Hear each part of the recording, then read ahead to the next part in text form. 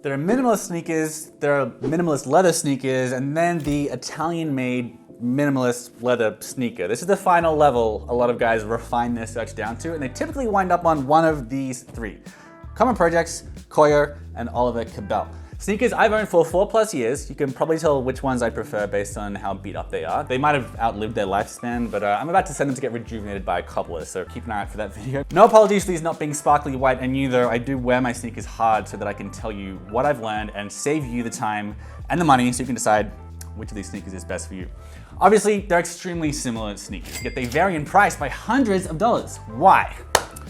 We're getting into it today because they are actually quite different brands and sneakers. So I'll break down the price and fit, design, comfort, and quality of each of these, and we'll go into too much detail about the differences to help you make a decision. This is a video for the obsessives, just a heads up. Why buy an Italian leather sneaker though? Like the minimalist white leather sneaker is sort of the end game for sneakers. When you're a kid, you know, you're wearing running shoes casually, and then you start caring more about fashion. You might wind up with Jordans or like with Chuck Taylors, and then you get more and more adult looking until you settle on what I consider the grown-up end of the casual sneaker. Low profile, trend-proof, not flashy, super versatile, and you can wear them with just about every type of outfit, from super casual to slightly dressed up. And while pricier than your childhood kicks, the price can make sense. It makes sense to me because this quality of leather is much more durable than canvas and synthetics on cheaper ones, and that's why those other shoes wear out much faster than these ones. These are also stitched to the sole, so it doesn't come away after a year of wear like 100% of my Chuck Taylors do. So you want to acknowledge that these should cost more than $100,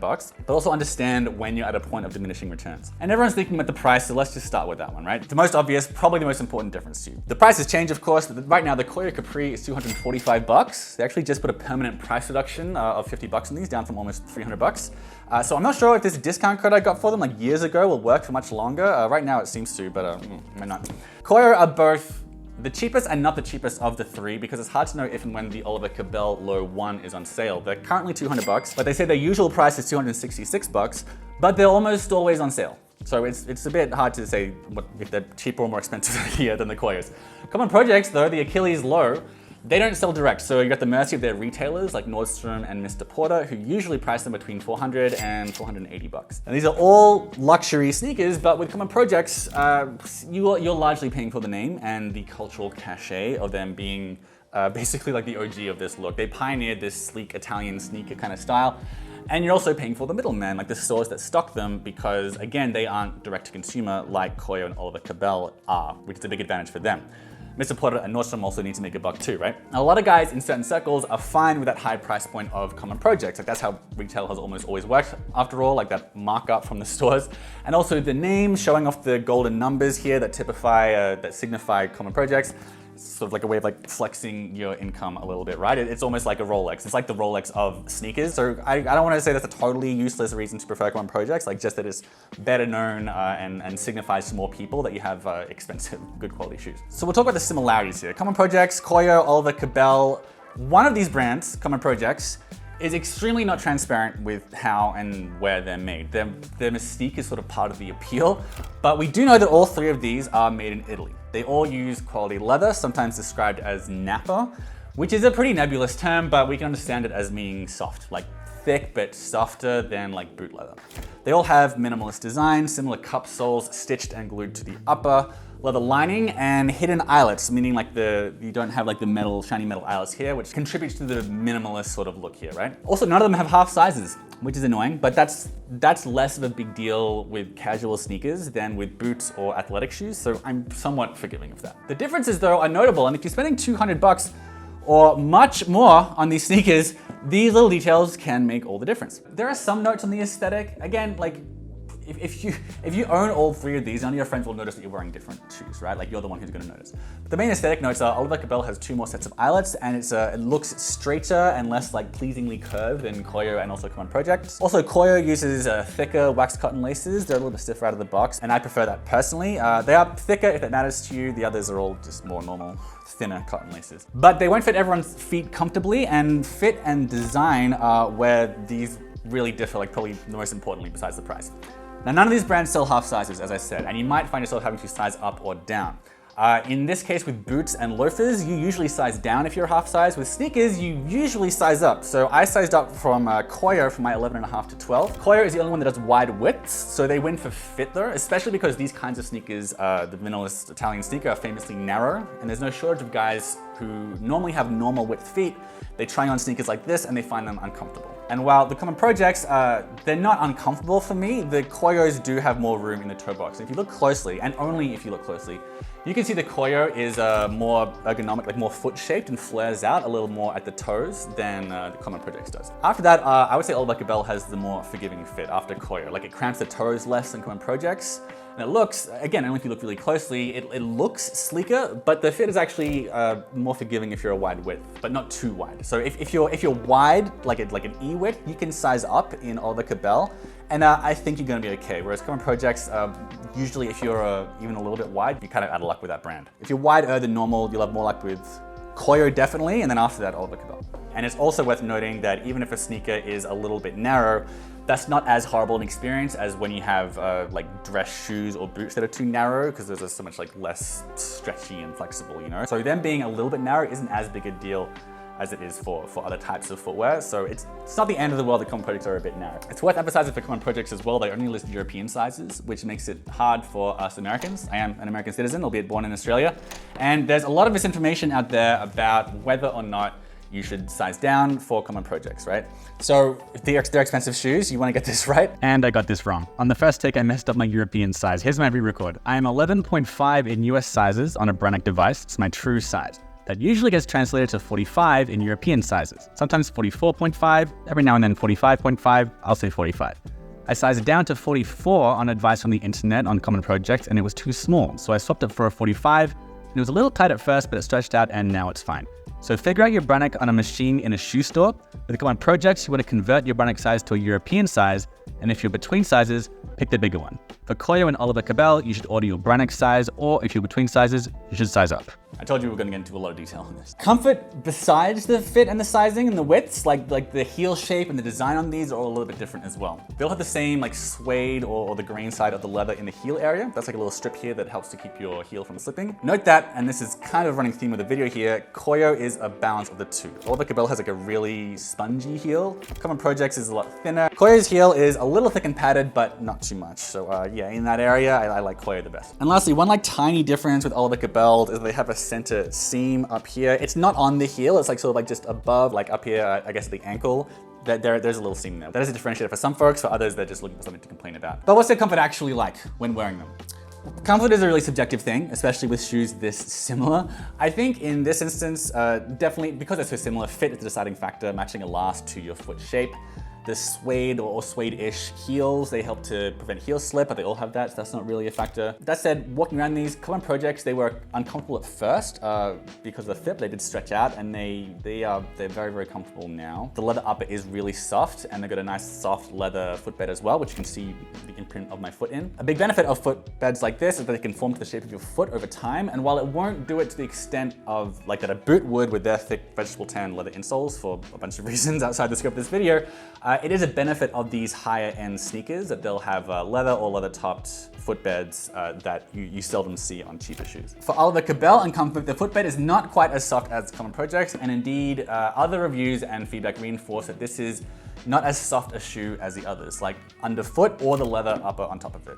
The outsole is also pretty hard for a sneaker relative to these other ones. But with that hardness, you get a bit more stability. So that's one of the reasons comfort is so subjective. There are so many different dimensions people value differently.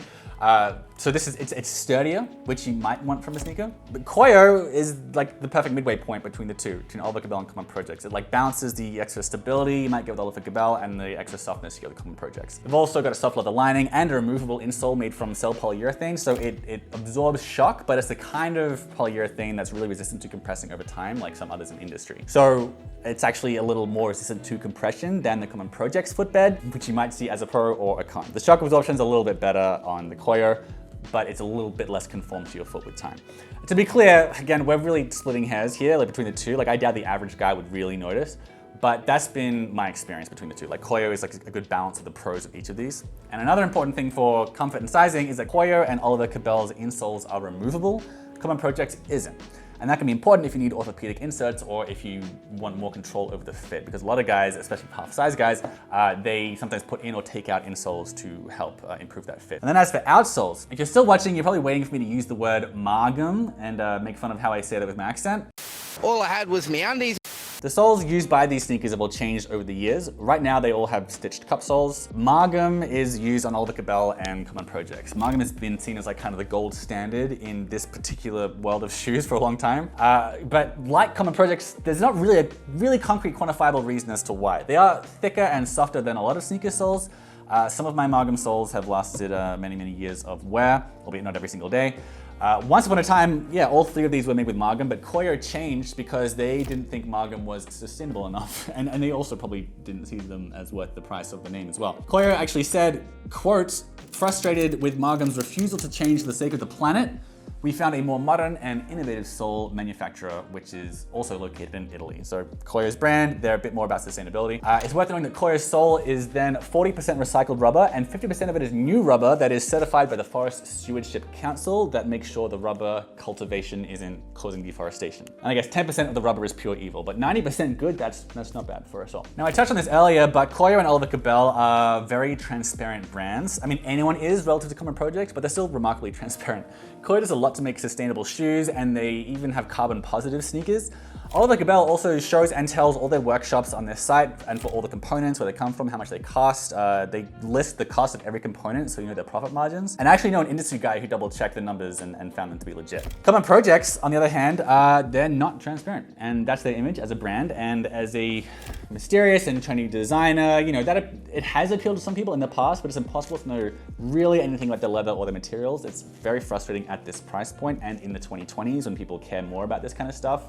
When they came out, people might have found this attractive. I don't anymore. One of their suppliers online says that the components include other materials. That's as much detail as you're likely to get. And that's more detail than Common Projects are willing to give on their own website. So yeah, they are not transparent, if that matters to you. And I want to start wrapping up here. On a final note on the leather, both Common Projects and Oliver Cabell use nappa calf leather. Nappa leather is more of a marketing term than a strict trade term. It's sort of like genuine leather. It doesn't really mean much except that it's very soft. So it's often used on furniture actually. So if you go to a leather wholesale website, you'll see a whole different bunch of ranges of leathers and tannages that are called nappa. It generally means like chrome tanned, aniline dyed leather. Aniline being a way of getting colored dyes into leather. Although as you can see from the scuffs, these shoes do have like top finishes that can scuff, and you know, they might need to get like painted over with some white shoe cream eventually. Like I said, these might be at the end of their lifespan. I have worn them a lot for many, many years. Now, Oliver Cabell and Common Projects, one thing that seems to be true is that they both use calfskin, whereas Koio uses cowhide. Now, calfskin has a reputation for being softer and smoother than cow. The difference in these sneakers is pretty negligible. And honestly, the Oliver Cabells took longer to soften than the other two, even though Koio uses cow, not calf. And it's also important to note that Koio,